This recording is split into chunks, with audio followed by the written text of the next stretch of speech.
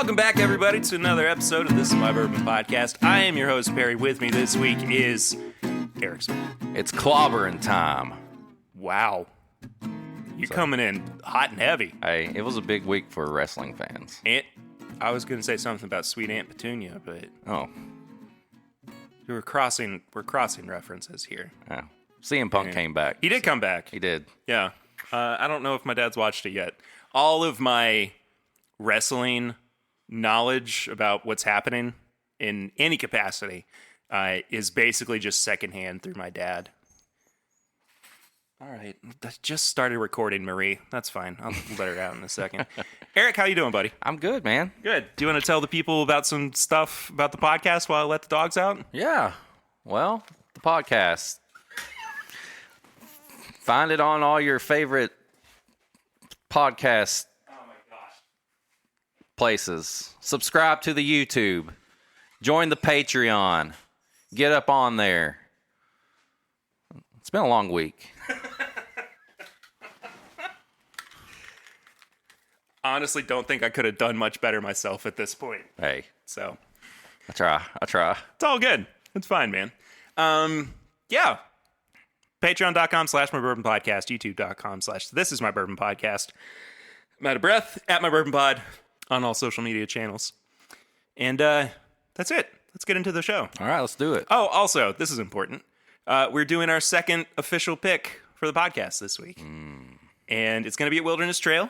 If you want to have a crack at it, an early crack at it before it gets released to the public, Patreon.com/MyBourbonPodcast. I definitely slurred most of those words, and I have not had anything to drink yet. So, It's all good. I know what you meant. I can tell what you meant. Thank you. The links are all in the description below. Eric, we normally start the show out with Flying Blind. How about a blind you with a thing? Do it. Blind me. All right. So this, you know that this is a bullet pick. I saw the bottle. I don't know anything else about it, though. Yeah, you don't know where it came from. Ooh. We got a lot of stuff that we're just going to be kind of drinking this week and talking about. Yeah. And less so like news and whatnot, but I do think we have a few topics that we kind of want to cover based on what's on the table. Well, my first thought of this, it smells like Four Roses. Well, daggone it. I mean, there's no mistaking this. No. You're absolutely It's right. crazy. Like, So it's probably, I have several bullet picks, and this may be the most floral one that I've smelled. absolutely. It smells almost floral and pink bubble gum. Absolutely. It's very like double bubble Yeah, bubble gum. it's got the little sugar powder over top of it. Mm-hmm. It tastes really good too. I say that a lot. That's an important part of bourbon, I would say. So you're 100% right. This is a Four Roses. It's 12 years old, Okay, and it's supposed to be their high rye mash bill. I can see that. It tastes a little. There's a little bit more baking spice and like almost some cinnamon on the palate, as opposed to the nose, which was very. I thought it was. If it matched the nose, I thought it was going to be more candy like, a little lighter. But it's got a good finish too. Like Yeah. a lot of baking spices on the finish. Brown sugar and cinnamon, tons of it. Sorry, I'm also just refreshing the Spider-Man fan page to make sure there's no new information that's It's a big come day. out. Yeah, I'm a little excited, but I don't want to spoil anything for anybody. So who picked this? This is Total Wine, Oh, our local Total Wine over here in Hamburg. did Swan or Extra Crispy have a hand in this one? I do not know. I don't think Swan did, but I'm like half sure that Chad had something to do with it. That's good. But yeah, I tasty. really enjoy those picks, honestly. Like, I don't think that people don't talk about them a whole lot, but I think if you are a fan of, especially a fan of Four Roses, it's a good way to get something a little different. Yeah, and it's not, I mean, Four Roses picks never really skew high in proof. Right. And bullet picks are always 104. So it's basically a cheaper way to get a Four Roses pick at what is pretty much what it would have been anyway had it gone into a Four Roses bottle. And it's not always a Four Roses barrel. Sometimes it's MGP. Sometimes it's Brown Foreman. I've got a 12-year Brown Foreman pick that is fantastic. It's absolutely fantastic. I got it from Justin's House of Bourbon.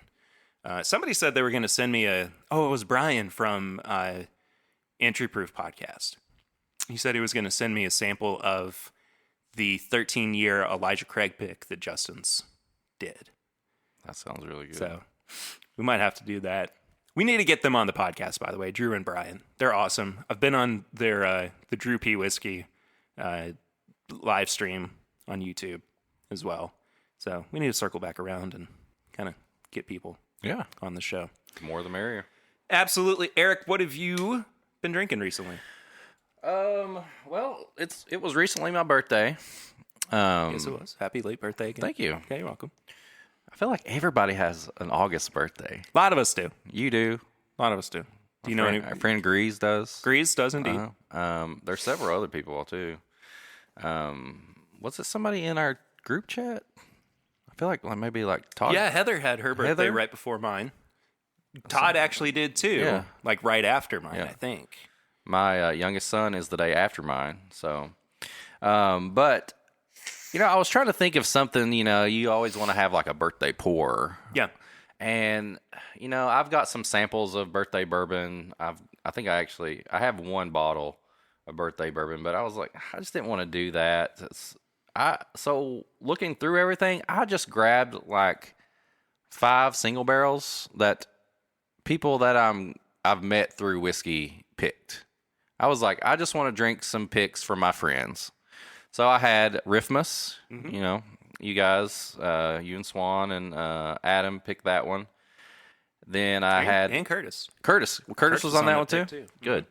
And then I had a podcast MGP rye pick. I think it's Staves and Grain is what it's called. Will and Grease and Casey, he picked that one. Did he? Mm-hmm, he That's helped awesome. with that. And then I had a Merrick Inn Eagle Rare pick that Dex and I think Casey helped with that one as well. He did. What else did I had? I had a Dad's Drinking Bourbon pick, the Smoked Turkey. John and Zeke picked that one. And then I had a Wrestling with Whiskey. Buddy Matt from Wrestling with Whiskey, he picked that one. It was a Untitled Art. It's a wheated, like a 12-year or 10-year wheated, finished in some kind of barrel. I don't even remember what it was. It's just really good.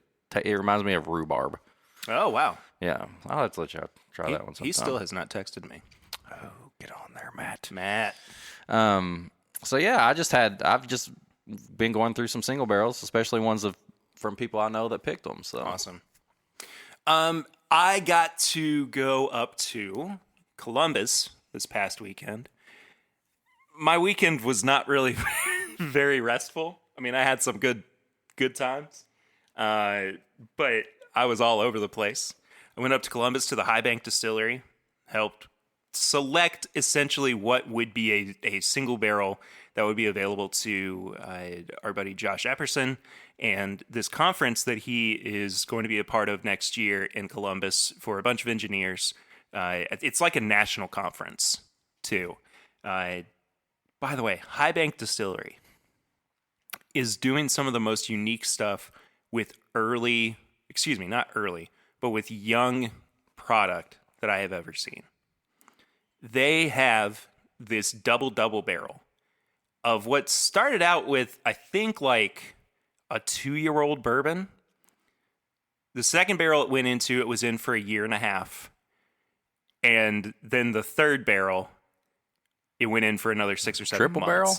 Yeah. Oh, wow. So double oaked. Double. Okay. Yeah. Phenomenal. Nice. At cast strength. And how old did the end product end up being? End product is just over 4 years. Oh, that's awesome. It's terrific.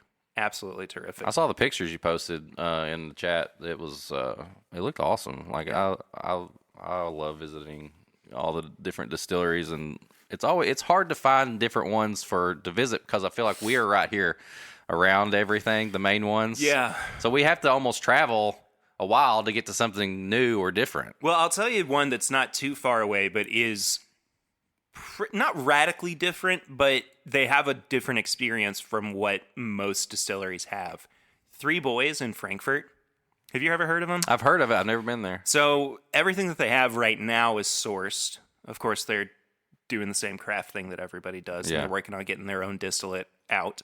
But they have this great experience where you go in, they have 5 barrels laid out on the ground. You thief from each of them and get to taste them that way. Oh. Then, if you like any of them enough, you can bottle it yourself and take it home with you. Nice. So it's you can get them like 200 375s or 750s, and it's all kind of priced accordingly. But it's just a super unique experience. There's nowhere really that's doing something like that. I mean, there's like a couple that offer 1 barrel that you can pull from, Michter's, Bluegrass Distillers. Yeah. But this is your own barrel pick. pretty much. Yeah. That nobody else really has, unless, I mean, of course, somebody thieves from the same barrel that you did. But, I mean, it's still, completely uncut, completely unfiltered. I had a tour with somebody recently, with a group recently, who went up there, and the bottle that they filled was so dark. I mean, it was so murky looking. But I mean, it was cool because I mean, that's something that you can just pull out of your collection and say, you're never going to have anything like this again. And if you do, it's because you've gone to the distillery, of course. But if you hear my dog Marie in the background on the recording, everything's fine. There's not a dog fighting ring in the backyard. That's just how she likes to interact with the neighbor dogs. Perry Russell escaped. Perry Russell, buddy, we're pulling for you, man. We hope you get that 40 minutes. We're really more about that's on the Patreon pregame chats, but we're gonna be setting up a rescue fund maybe in the future for Perry Russell, but we'll talk about our buddy soon. It's okay, everything's fine. We need to work through some things. It's okay. Warehouse X is a crazy place. It's scary. It smells weird, but not for why you would think. That's a good way to put it. Can we drink something else? Yeah, let's do it.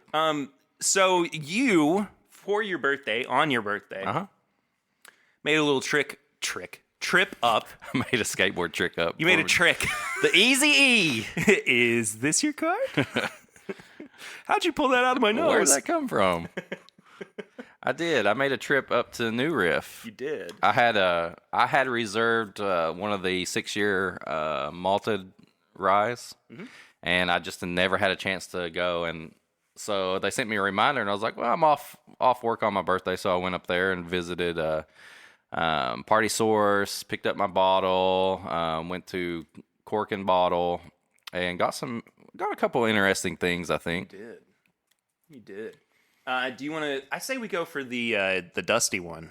Yeah, first. I got a decanter, a Jim Beam decanter. I looked it up. It was 1979, and it's kind of creepy. I forgot about it. It's got I've got it in a different bottle now because I filtered it out, but it's got a music box on the bottom of it, and it's kind of scary. And I think the character is from Shakespeare that's on it. What was the name on it? Starts with the F, maybe? I can't remember. Let me see. Never mind. Findle? It must be Midsummer Night's Dream. Then. All I can think of is Fandral from Norse mythology. Falstaff. Falstaff. That's the character. I don't know what that's from. Oh, I thought it was something to do with Shakespeare. I was looking it up to try to get the. It's like an 8-year, 80 proof decanter that plays music. Sir John Falstaff is a fictional character who appears in 3 plays by William Shakespeare and is eulogized in a 4th. His significance as a fully developed character is primarily formed in the plays Henry IV, Part 1 and Part 2, where he is a companion to Prince Hal, the future King Henry V of England. He was also in The Merry Wives of Windsor. Excuse me. So, there you go. Now I gotta let the dog back in. Ooh, this... Has it opened up well? This smells... I have one other decanter that was from 69, I believe. It was funky. And it is weird. This one, this smells really good. This smells like... Oh, snap. That barely smells dusty. It smells very, very berry. Have you Almost like tried this grape. yet? I have not. This was I was waiting to bring it over. Yeah, I filtered it out, put it in a Booker's bottle that I had, and here we are.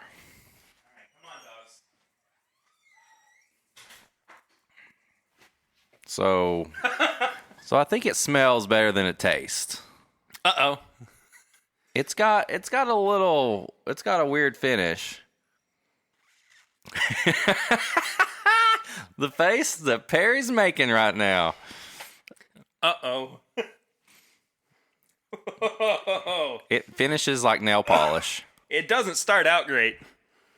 I caught the funk at the end, and it's not a good funk at all. Buddy. Falstaff failed me. It smells great, though. It does. I don't know if I can take another drink of that. This is the tricky. This is how you play a trick on somebody right here. You get this decanter, and you have them smell it, and then say, this is great, and then you have them take a drink of it, and it tastes like... What is that? There's something specific that I'm getting other than the nail polish. Well, it tastes very sour. Yeah. I'll say that much. It's almost like if lemon lime soft drink could turn. Oh, it's almost like you've left it sitting outside for a little while in the can, and then you're like, oh, I'm really thirsty, and you grab it, and you're like, this is not what I needed. I think this is the first instance I have ever encountered of a decanter having soured a bourbon. Well, I guess the music box did it. It's music box poison. It's gotta either be Metallica or nothing. Yes. This is not the way to age your whiskey. You definitely did it wrong, Falstaff. Dude, That's not good at all. That is rough. Well, it's there. If anybody ever wants to try it, you come over to my place. Smells great. I guess I'll... Tastes like molded lime and nail polish. I guess I'll finish that. Ugh. That's... Oh my gosh. That's I brutal. can't do any more of that either. That's really bad. Well, I've got a good piece to put on the shelf, and it's creepy and eerie. And... I love the music box aspect of it. I think that's so unique. Because I've never seen a decanter that has that before, or really any bourbon bottle. I'll send Perry a picture or a video, and you can put it up on the Instagram or something to show people. I could always put up that video that you had where you made like a real sour face about the I was like, creepiness of the bottle. It was the first time I didn't turn the music box in the store. I just took it, and when I got home, I did that, and like my kids were like, "What in the world is that?" Like, I don't even know if they want to come down in the basement anymore because it's down there. They think it's hurt. It's like cursed. It's like, yeah, they haven't watched enough scary movies. They only know the creepy dolls and stuff, so that's what they associate it with. I guess I got to shoot the rest of this. I still got a whole half. I mean, day I will not be upset if you did not. I don't think I can do it, man. I'm so sorry. No, I'm glad I only had a little bit in my glass because I poured way too much for myself. Honestly, it was not great. Let's try this that you also picked up for me. I got you a Rebel cask strength pick from Party Source. So you were texting me about going up there, and the night before, Chad had slipped me a couple of samples of their Lux Row picks. They did a Rebel cast strength and an Ezra Brooks cast strength. I thought the Rebel was incredible, and so I was like, if you can get a full bottle, I'm gonna have to try it. America. Ooh, that's a good little pop. I mean, what are they? 120 proof? The cast strength ones? 120 proof. That's awesome. Like anything higher in proof, Rebel, like I'm all for it. So this is something that I wanted to have a little bit of a conversation about this week, and it's kind of something we talk about the state of single barrel picks often on the show. And I think that it's kind of a constantly changing world, a constantly changing field. And I don't think that there's ever going to be a quote-unquote shortage or a time where we just kind of stop seeing single-barrel picks. This is evidence of that, I would say, because these are two new single-barrel options for people at cast strength as well. I mean, technically, I don't think it's really cast strength. You know, there's no way that everything is coming out of the barrel exactly at 120. But the older picks were 100 proof, 104. I think so. Something like that. I think so.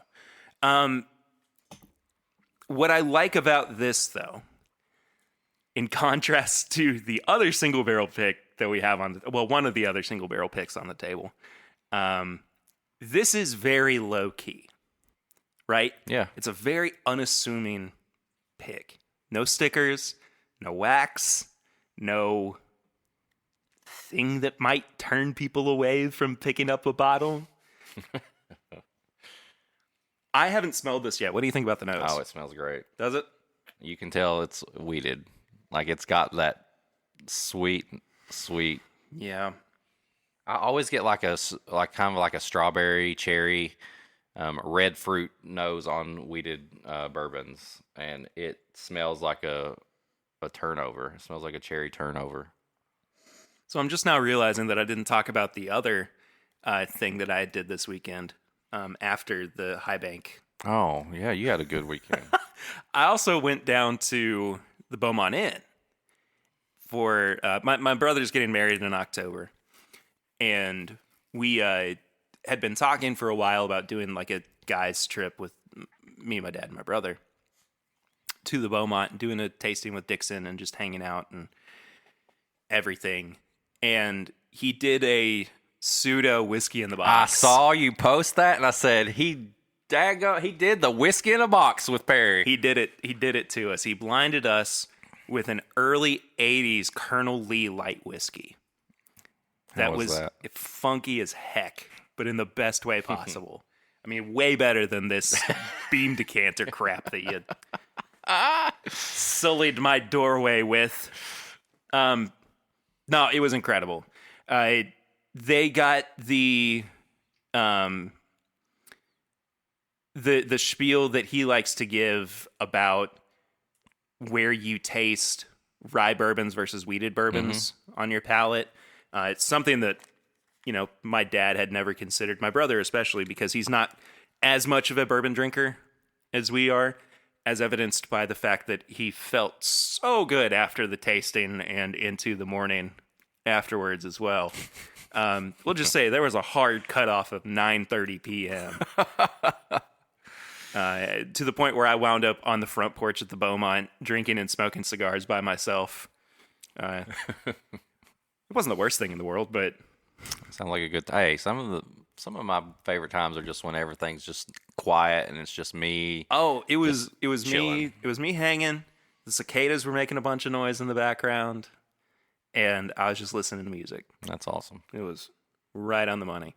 There's a guy who walked out of the Beaumont, and like he was staying there, and you know we exchanged pleasantries and everything, and I was like, I've got, you know, bourbon and cigars if you want to come hang out. He was like, we went on like 2 distillery tours today. Are you going to be here tomorrow when I'm less drunk? I was like, no, I'm only going to be here tonight, man. He's like, well, see ya.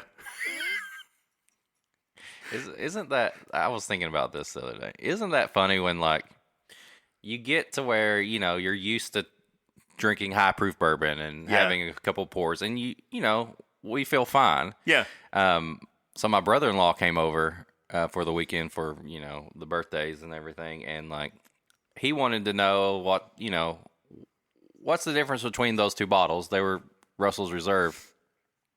Why do you have two of them? Well, they were single barrels, and so I gave him the little spill, and he had just a little bit of each, and he was like, I'm done. I can't do that anymore. Like, it's so, you forget what it's like before you were able to tolerate that, I guess you would say. And that makes me think of that, like, oh, I went on a distillery tour. I'm done for the day. And I mean, like, again, my brother doesn't really drink that much. So, we probably had a grand total of about 3 ounces during the tasting. But 2 of them were 114 proof. Yeah. One was 120. And, if you're not ready for it, if it's not what you're used to, it's going to knock you out. Get ready. I got him. This is so funny. I was super, super worried about him just because, like, he was getting sick and, I wanted to make sure that he was comfortable and okay before I went. A good brother. Yeah. And he and I had been quoting, I think you should leave, which I told you about last week. And like one of the last things he said before I left was a quote from that. And he's still just delirious drunk and like throwing up and feeling bad and everything. And I was like, you still maintain your sense of humor. And that's what I like about you, kid. But so Dad and I go out on the front porch. We're down there for maybe 10 minutes. And all of a sudden the front door of the Beaumont Inn opens. And here comes my little brother with the biggest grin on his face. Just absolutely cheesing it up. Like, I'm back, boys. Round two. But he didn't drink anything else. He just sat there in silence. Back. He's just back. He just sat there in silence for 10 minutes and then went back up to bed. Hey, at least he did that. And I got back up to bed and he stirred a little bit and said another quote from the show and then fell right back asleep. I was like, you're a trooper, bud. You're a real trooper. Did Dixon wear sunglasses and a cowboy hat? He did not. Oh. No. He was I will say this. I was so happy to see him. The last time I had seen him was before Eden was born. It's been a while. So pretty much a year. Yeah. At this point. Which just, I mean, to have gone from seeing him every couple of months, before the pandemic to, the first time since COVID last year, was in August or September. And then now middle of August, practically end of August of this year. It was wild. He's a fun guy. He's wonderful. I've met him. I met him once, and it was fun. He was very honored by your comment about whiskey in a box. Hey, I love whiskey in a box. One of my favorite things. It was the first thing I told him when we sat down. Other than I was happy to see him. Yeah, but it was the first thing I told him when we sat down. Well, when I saw that picture, I was like, "Oh!" I just pointed. It's like the meme where DiCaprio's pointing. Yeah. I was like, "The box! Perry's got the box." What's in the box? What's in the box? Oh, you're crossing memes now? Yeah, now I'm going to 7. No. Anyway. What do you think about this Rebel pick? Dude, have you tasted this yet? Yeah, it's weird. I don't know if this is just me. I could swear this is 130 proof. Like, I know it's 120, but it tastes way higher than that to me. It definitely doesn't smell like it would be that hot. No, the nose is so tame and like just, like I said, like a turnover. And then when you taste it, this thing, it lets you know it's there. Like you immediately feel it. It's good. It almost tastes a little bit, I would say it's got some chocolate on it. Yeah. I'm getting a lot of brown sugar and cinnamon. It's almost, it tastes darker than the nose, I guess you could say. Oh, for sure. Yeah. It's almost like you made like a wild berry pie and you went a little too overboard with the sugar and the cinnamon on it.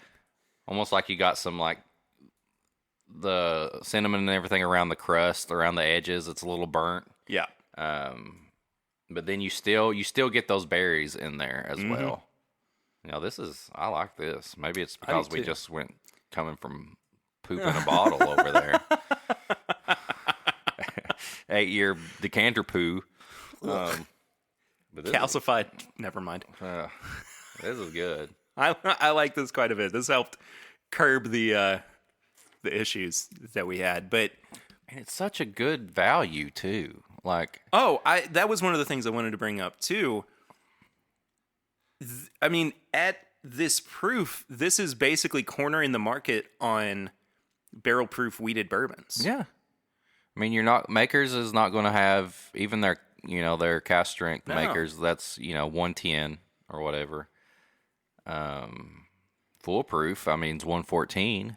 But you're not going to get any higher than that. That's what I'm saying. This is 120 proof wheated. Yeah, I mean, like Larceny barrel proof has gotten over 120. Yeah, but it's not exactly easy to find. I would put this pick up against any of the 3 or 4 batches of Larceny barrel proof that I've had. Yeah, I would too. That have came out. And honestly, I think this would be a clear winner. Oh yeah, between all of them, because I mean, I've just not been impressed with the Larceny barrel proof batches so far. No, but I mean, it's still a fairly new product, and I'm sure it's going to change, in the near future. But I want to kind of go back to talking about how this is an unassuming, classy looking bottle. Yeah. This is a great display piece. I think this looks so nice. The label is really, really high class, high end design. And this to me could be something that you could break out for somebody who says, I just love Weller and I hate that you can't get it anymore. It's like, but here's a really good alternative that's a much better value for your money. And I was eavesdropping on one of the people that worked at Party Source when I was looking at these, and there was a guy, and he was asking about. He said he liked Maker's Mark and he liked Weller. What could I get instead? And I was like, I wanted to go over there and be like, she was kind of talking about Larceny and different things like that, the normal stuff. And I'm like, you have this pick right here. Like, tell this guy to get this pick. Yeah. Like, sell this pick to this guy. And like, I didn't overstep my boundaries or anything, but it was just one of those moments where like that was the perfect time to hand that guy the Rebel pick. And here you go. And I mean, if I know that this says like special limited edition or whatever on the top of the label, but I mean, this is a good way to try to get this pick sold so that you can do more of it in the future. Yeah. Right? Yeah. Show everybody that there is a good market for it and that you should be going back and do you know if all the picks going forward with Ezra and Rebel, are they all going to be cast strength, or is this I just hope so. Yeah, I hope so. It's what's weird though is that they all dropped at the same time. And I don't know why that is. Like, you think that they would kind of stagger their releases so that, people could try a couple, say, oh, I like this, I'd like to get more. But instead, like, in 1 week, everybody's getting theirs? Yeah. How is that a viable business model? I don't know. I mean, nobody's going to have that. Well, okay, somebody's going to have that much money at one time to pick up everything. I guess you just hope that maybe they are spread out enough to where it's like, oh, I'll buy, I really like this store's pick. I'll buy this one on this paycheck, and then maybe 2 weeks later, I can go buy another store's pick if they're left. Yeah, but you run the risk of, that's the thing. You might not know that there are going to be, bottles still left of it and whatnot. But I guess we should now turn to the much more assuming bottle on the table. And this also brings up something that we had talked about recently with our buddy Adam Terry. discussing the mutilation rules that have been introduced by distilleries, and how this is a real good example of maybe think once or twice about what you're doing. Hey, Yeah. If you were around Lexington this past weekend, there was a certain Knob Creek pick that dropped. And I mean, I don't know if I should even say what the sticker and the wax all is about. Like, maybe that's more on the Patreon. But it's a Knob Creek pick, and they use the word knob in a very sexualized way, and they use the picture, and there's white wax on top of this bottle. And I think this is a good indication that we do need to implement some rules about bottle mutilation. Listen, I know people say tatered out and all this stuff. I love stickers. I do too. And honestly, this does not bother me that much. It is a lot. Personally, it doesn't bother me. I think it's thinking that, if I brought this bottle into my house, I have kids, and I don't hide my bourbon from them. Like, they like learning about it. I've took them to distilleries before. So they're always curious, like, hey, Dad, what's that? And, this. I could not bring this in my kitchen and set it down and let them see it. And that's the only thing about it. Personally, it doesn't offend me or anything like that, but I could see some people not being into it. And I think that say what you want, that would keep... Sorry, the blanket monster has come out for the day. That could keep people from buying the pick. Or that's the thing. I think that we're at a weird crossroads where we all kind of agree that bourbon is not the same game that it used to be, right? It's not the old man's drink the way that it was in the 60s and 70s. People of not all ages, but of appropriate ages are indulging, and it's become more and more popular. But with that popularity, it is also more visible to the public eye, right? I mean, there was one release that I went to at Liquor Barn, and we had gotten our tickets or our numbers or whatever, and I really had to pee because I had been up since 2 a.m. and I'd been waiting in line just to get this number so that my spot was guaranteed. And I walked over to the Walgreens that was right there. And I went in, and the cashier was like, "What are you doing over at Liquor Barn this early?" And I was like, "It's for a bourbon release." She was like, "Well, we got bourbon in the cabinet over here." I was like, "It's not quite the same thing." Yeah. But the fact that, they are aware enough to say something to that effect means that people are conscious of how popular it is right now, especially in Lexington, especially in central Kentucky. And if you are going so far as to make a label like this, a sticker like this for your pick, I think you do have to question what you're doing. Yeah. And why you're doing it.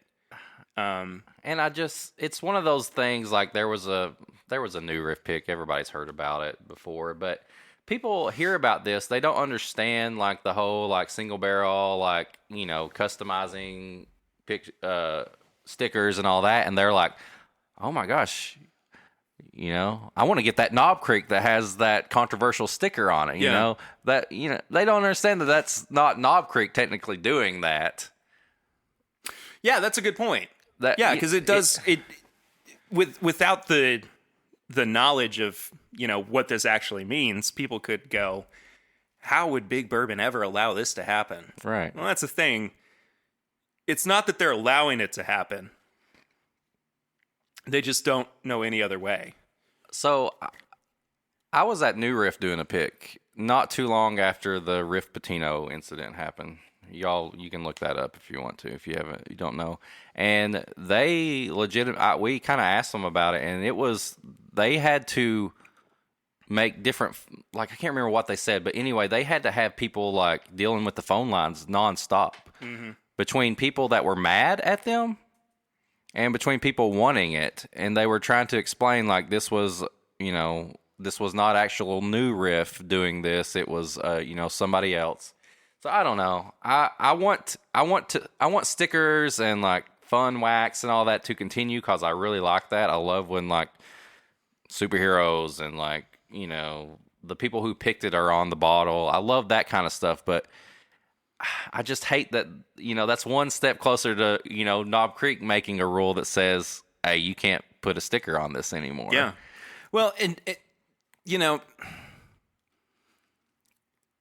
you're right that it does give distilleries more incentive to prevent stuff like this from happening, which in turn keeps distilleries, if these stickers do continue, and it's not all that bad. Again, it really does not bother me that much, but I do think that there is a line that has to be towed. And in this instance, you are doing yourself almost a disservice to the point of people looking at it and going, I'm not picking that up, right? Even if it is a great pick. This is a great pick. It is really solid single barrel. You all picked a great one. I may not agree with everything else, but it's very good. Yeah. So, and you know, you're doing yourself a disservice at that point, and to a degree, you're kind of doing a disservice to the distillery for a couple of reasons. One, people might be turned away from the fact that, you know, this is a bottle that is potentially, you know, available to me, could be really good, but I'm not going to pick it up because of how they might view that distillery. Yeah. Two, the distillery might not want you to come back and do another pick. Right. So it's a business decision that you have really just kind of punted on. So, despite everything, though, it is good. Still a great pick. Still a great pick. Maybe make a just hide it from your kids. Yeah, hide it from. This is not one that you want to put on the main shelf or in the kitchen. Maybe make half of them plain and half of them this. Yeah. Then, you know, give them the option to put the sticker on if they want. Yeah. Either way. Maybe not the wax. No. I think the wax is what put it just over the edge. That's the thing. I think the wax is that they went that extra step to put that on there. Yeah. But hey, we're talking about it. It's their prerogative. Yeah. You know, I mean, it's capitalism, baby. Yeah, there it is. Speaking of single barrels, though, we should do a review. You want to review one? We got one that we haven't had. Neither one of us has had. Yeah, you just cracked this. You just bought it up. Did you buy it at Cork and Keg, or did you buy it Party at Source? Party Source. Okay. Oh, yeah, that's right. So I was in Party Source. I was texting Perry about the Rebel picks, and they started bringing all these boxes in.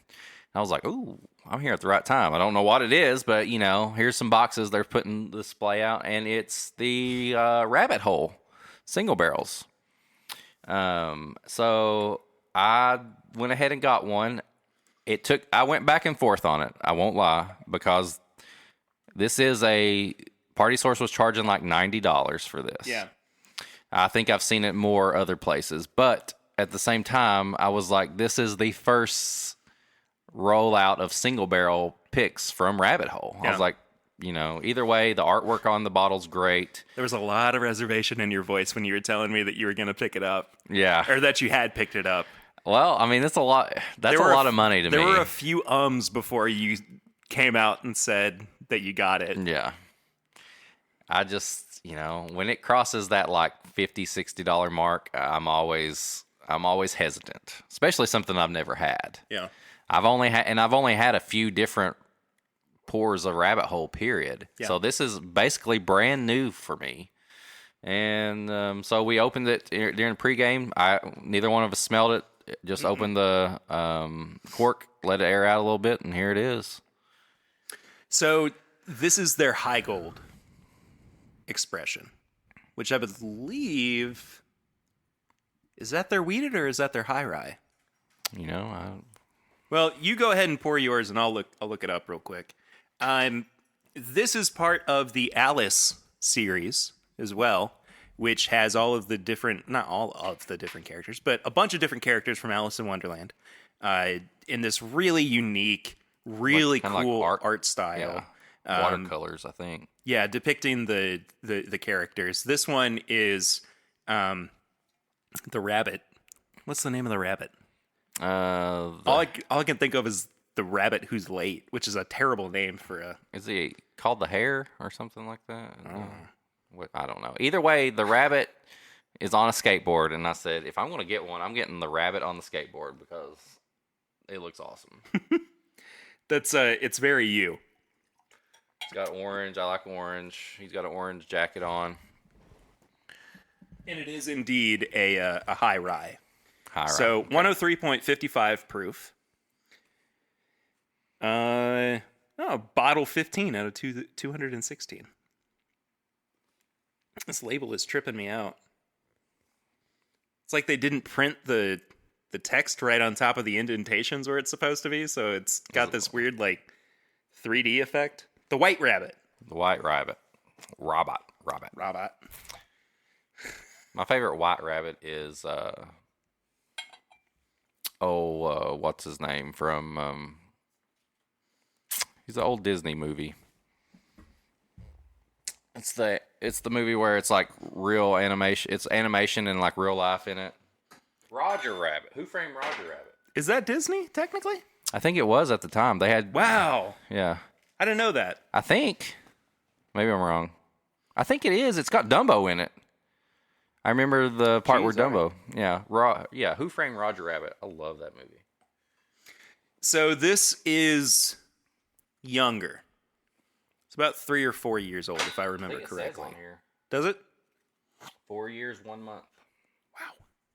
It doesn't smell super young, but it does have youngish notes to it. It's very citrus heavy. I was going to say. It's very honey-y, too. Almost like honeysuckle. Very, almost, yeah. Orange and honey. Yeah.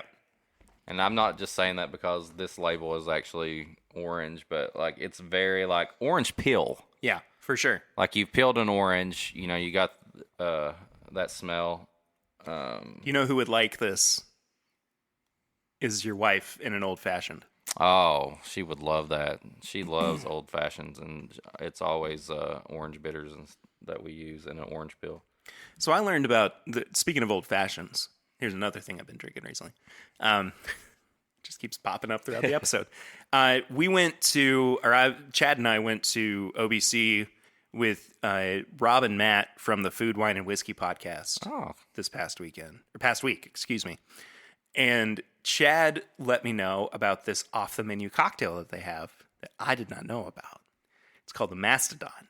Mastodon? It's a smoked old-fashioned with Booker's. Oh. It's insane. It's so, so good. And, like, that's the only cocktail I want to get whenever I go back there now. That sounds amazing. It was terrific. I love that name, too. Oh, me too. It's not a bad nose. It's not. I will say the first initial nosing, I was kind of like, whoa, what is that? And now it's really honey oranges. Like you added that honey in there, and I can definitely get that. It smells like honey and orange peel. There's a little bit of like shortbread cookies in the middle there too. I can see that. Nothing really dark about it. I mean, it's all very bright. Yeah, very bright and very boisterous. Boisterous. In a way. I like that. Well, the palate. And that's about it on the palate, too. It matches the nose almost to a T. But there's not much finish on this at all. Now, there's some like graham crackeriness on the finish now. I get that right up front, almost like a cracker, and it's very, very light. Yeah. Almost just like a sprinkle of graham cracker. Mm-hmm. I just wish that finish was a little longer. Yeah, I do too. But it is kind of like a honey-covered graham cracker. I will agree 100% on that. I think after you go back in, like you get that graham cracker right up front. Very honey. I mean, it's been a while since I've had something that the nose and the palate matched up so much. Yeah. I don't hate this. It's weird because it's like the more I get into this, the more I like it. But it's definitely not a $90 bottle. I think it was like $115 at Total Wine, like their pick. Yeah. Because I saw they had,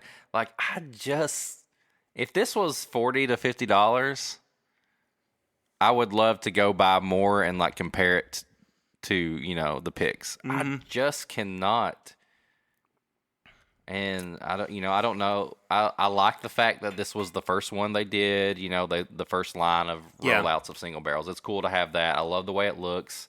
I like this. It's just not $90 plus tax. No, I think it's missing some depth and some complexity. I think that it's safe to say that it's somebody had gone into Party Source and saw a $60 Rebel pick and 120 proof right next to this Rabbit Hole pick at $90 and 103. They would probably reach for the Rebel or even the Ezra before they even considered the Rabbit Hole pick. Now let me ask you this. So we've been talking about labels and everything. Mm-hmm. So I think it's a good marketing strategy. Yeah. I guess you would say, because there's like 5 different labels for this pick. They're all the same pick. Yeah. But they've got 5 different colors, 5 different artwork on them, everything. People were buying the whole set. Mm-hmm. What do you think about that? Like, is that like, I think it's a great marketing strategy. I think that's super, super cool. If I had the money, honestly, I probably would do the same. Right. Just because of how unique that is, how great it would look all lined up as a display piece. Mm-hmm. But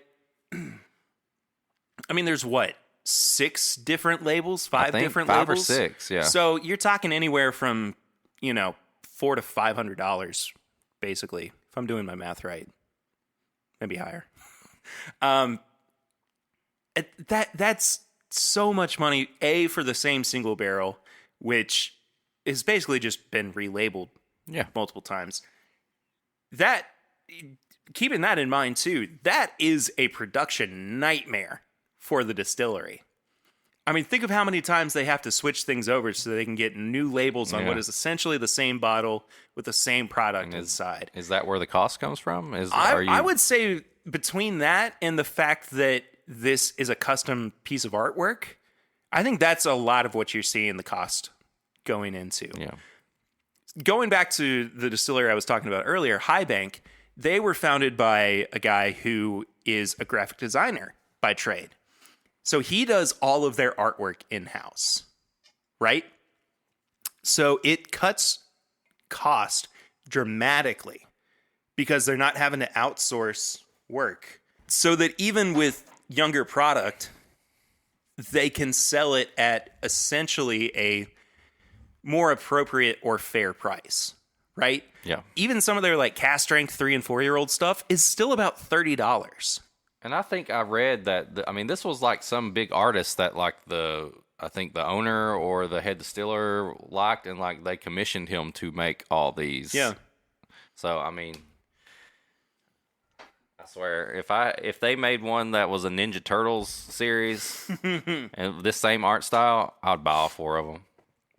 I would love to see that. You remember the first Ninja Turtles when he was like, "Ninja kick the damn rabbit"? Like, this would go perfect with that. I think it looks great. I do too.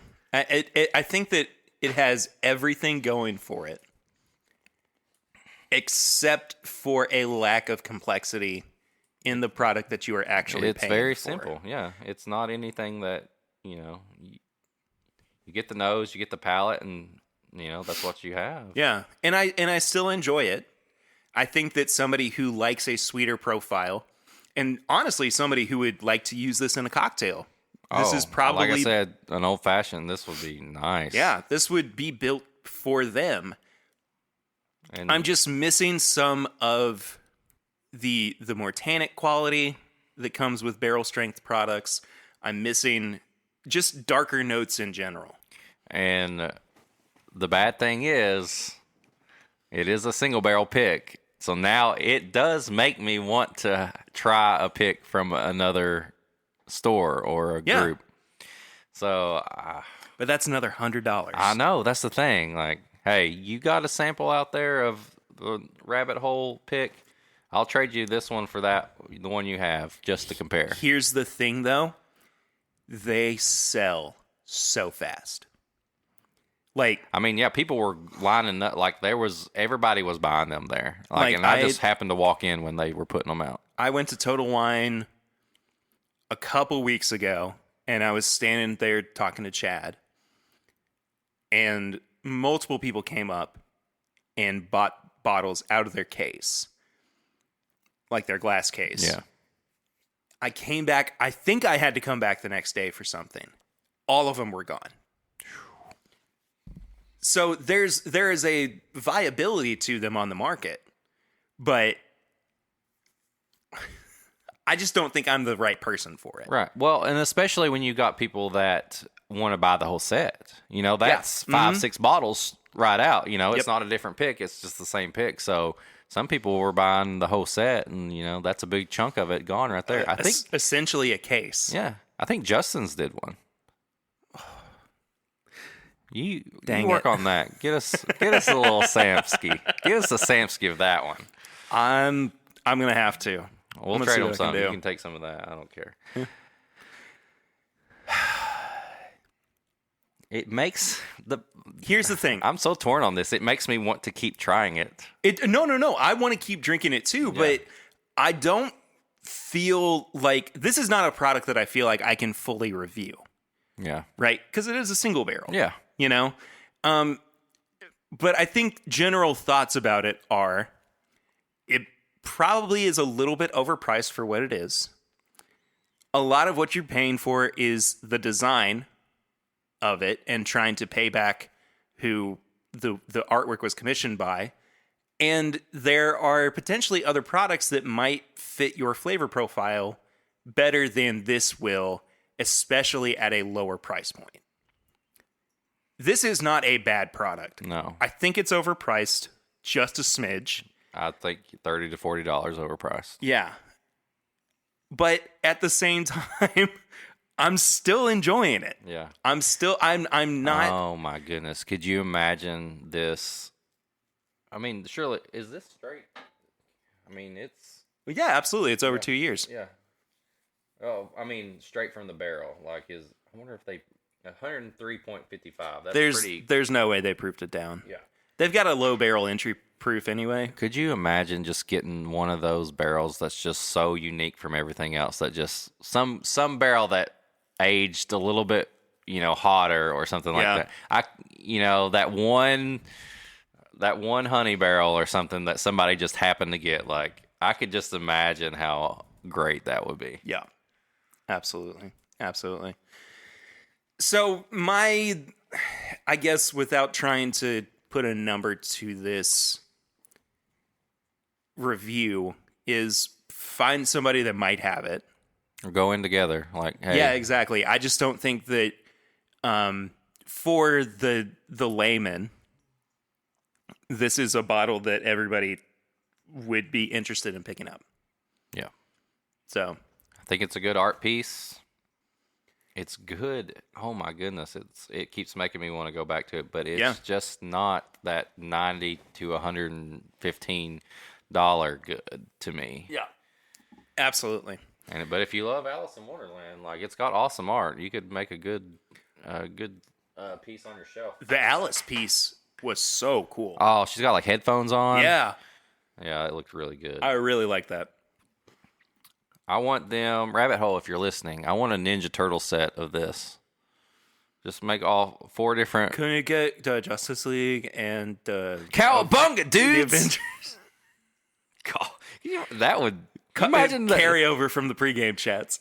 Could you imagine the selling point if they did a Justice League and an Avengers set. That'd be awesome. Do like warring single barrel picks. Be fantastic. Hey, Rabbit Hole, if you're listening, we said it first. We'll pick them. You can put them out in the store. Just allow us to do the barrel picks, and Yeah. you guys do all the rest of the work. Oh, That's funny. Anyway, do you want to get into some tips and or bits? Tips and bits. I said it right this time. You did say You it right listened this last time. week. I'm very proud of you. Oh. Well done, sir. Well done. You know what I've been doing? I've been playing some golf. Not something I'm good at all. Mario Golf. Yeah, I got is you it on that one. the Super Rush? Super Rush. How on is it? Switch. Oh, it's so fun. It's a very simple Mario style golf game if you Yeah. have the Nintendo Switch. If anybody's played Mario Golf on the 64, very similar. There was a game on PlayStation 1 and 2, I believe, Hot Shots Golf. Mm-hmm. Me and my friends would have tournaments on Hot Shots Golf. Just cartoony characters, special shots. It reminds me so much of Hot Shots Golf. So if anybody else out there, you've played Hot Shots Golf or Mario 64 Golf, you're going to love this. I mean, they have their special, power shots, short games. It's fun. So I would say pick that up if you enjoy golf or if you enjoy Mario-style golf or you just need a new game to play. So one of the YouTubers that I watch pretty regularly, his name's Curtis Connor. He did 4 months ago, he tried to break a world record speed run on a game. And I don't know if it was Hot Shot or not, but it was a golf game on the 64. But he just played it for days and days and days, hours and hours, trying to break the speed run on it and actually beat the world record. And it's like a 40-minute video on YouTube. But it's engaging. I mean, like, it's fun and funny to watch, and I enjoyed it quite a bit. But I've been kind of on the fence about whether or not to pick up Super Rush. So I'll let you borrow it. Try it out. Okay, sure. Yeah. I'm down. I don't have a lot of physical games, but if you want to borrow something, you can as well. You don't have to re-borrow. We're just friends. How did you like, have you read through it yet, Spider-Man Life Story? Read the first issue. How'd you like it? Oh, I'm hooked. Like, it was one of those, I read it at the wrong time because I didn't have enough time to keep going. Yeah. Because it made me want to keep reading the next issue. And with comic books, that's always the thing. Like, Yeah. those first couple issues, if I don't feel like reading the second issue, then I'm almost turned off from the series. Yeah. And, sometimes I'll have to just power through to get to good parts. But this first issue, I was ready to read the second one. That cliffhanger Yeah. in the first issue is incredible. And I will say, the second issue ramps things up to such a degree that honestly, you are not ready for what happens about halfway through that issue. I mean, it is maybe the best way to tell one of the most famous Spider-Man stories of all time. That's awesome. I'll recommend a comic book as well, or a comic storyline. The Department of Truth, which I don't know if you've ever heard of before. I have seen images and heard. I've not read it. So it's by James Tynion IV, who has written Batman most recently. And it's through Image Comics, and it's all based around the conceit of conspiracy theories. And the general mindset of it is conspiracy theories exist to a degree because people believe in them enough to make them reality. They believe them into existence. Basically. Yes. Yeah. And to the point where the first issue opens up within the first few pages of this FBI agent talking about how he got intercepted by this conspiracy theory group, and he was shown footage that proved that the moon landing was faked. He shows footage. He gets to go see the edge of the world, proving that the world is flat, which is insane. Right. But it's all because people believe that it's true, and the Department of Truth exists to keep people from finding out things like that, or from allowing these theories to develop to the point of reality. Right? It's incredible. It sounds great. Speaking of cliffhangers too, the first issue ends with something that absolutely made my jaw hit the floor. Like I read it and I was like, there's no way this is how this story is going. And that's something that you don't get a whole lot in comics because you've read so many, or, you know, if you're a new comic reader, it may be like that way. But like us, I feel like we've read so much that it's hard to get a story that we haven't seen recycled or used again. And I mean, this is a good way to get people to read something that they might enjoy for a different reason. Not because it might, you know, play on their beliefs or play on something that they find to be true, but something that they might have at least enough of an interest in to where it's not like superheroes and it's not, you know, the general understanding of what comic books are or who they pertain to. I mean, it's bonkers. I love bonkers. It's really, really good stuff. It's really crazy. Everything is available on Comixology at the moment. I mean, the first issue or the first volume is in print and in digital, but it's so compelling. Like I'm about 7 or 8 issues in, and I'm just ready to get back to it. It's so good, dude. So good. I got one more. Yeah, go for it. Buy your kids birthday presents that you will play with when they're at school. My son got a Nerf gun that is bigger than me. And I was setting up cups and stuff, and I was shooting it through the living room. Did you all have a Switch before this weekend? Yeah, we've had a Switch. Okay, cool. I didn't know if that was a... Yeah, and he got a new controller for a Switch, and I've always wanted to use one of the wireless, like, handheld controllers for TV. Yeah. When it's docked, and it's awesome too. So while he's in school, I'm shooting Nerf guns and I'm using his Switch controller. So that's a good tip if you have kids. Productive adult buy stuff. them stuff that you want to play with when they're in school. Man, there's a whole bunch of stuff you got to play on the Switch now. Oh, I know. Oh, this rabbit hole's opened up nicely. Keep going back to it. I know, dude. It's such an easy sipper at 103. It is. Anyway, we should probably get out of here. Probably. Thank you all so much for listening this week. Eric, do people know where to find you on social media? If they don't, you can find me at Whiskey Mutant on Instagram. And you can find me at PureRitter1492 on all social media channels. The show itself is at My Bourbon Pod on Instagram, Facebook, and Twitter. You can leave us a 5-star rating and review. You can find all of our apparel and merchandise at bourbonshop.threadless.com. You can send questions or comments to thisismybourbonshop@gmail.com. Eric is still waiting for somebody to call into Barrel Rings. I want a barrel ring segment. Somebody talk to me on the barrel rings. 859-428-8253. We'll listen to your voicemail live on air. Not live on air, but you get it. You understand the conceit. Nice flow. Nowhere to go. YouTube.com/thisismybourbonpodcast. Please subscribe. We are getting super duper close to 1,000 subs. Might not be the right place to promote it, but still. Go friggin' just tell subscribe. people about it. Please tell people about it. I've made a sample pack for a giveaway when Perry hits 1,000 that I'm just waiting to send to somebody, okay? With bated breath. And then last but not least, patreon.com/mybourbonpodcast. For as little as $1 a month, you can help support the show. For as little as $5 a month, you get a bunch of bonus content, including early access to videos and the pregame chats, which come out every week before the main episode. There's a lot of secret information on the pregame chats, I'll tell you that.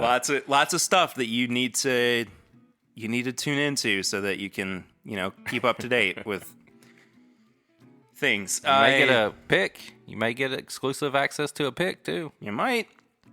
We got a new Patreon subscriber as well. Joined during our Thursday night live stream. Known on the Bourbon Tubes, the Whiskey Tubes, as Tullyweeds. Mr. Jacob, thank you so much Thanks, for Jacob. joining the Patreon.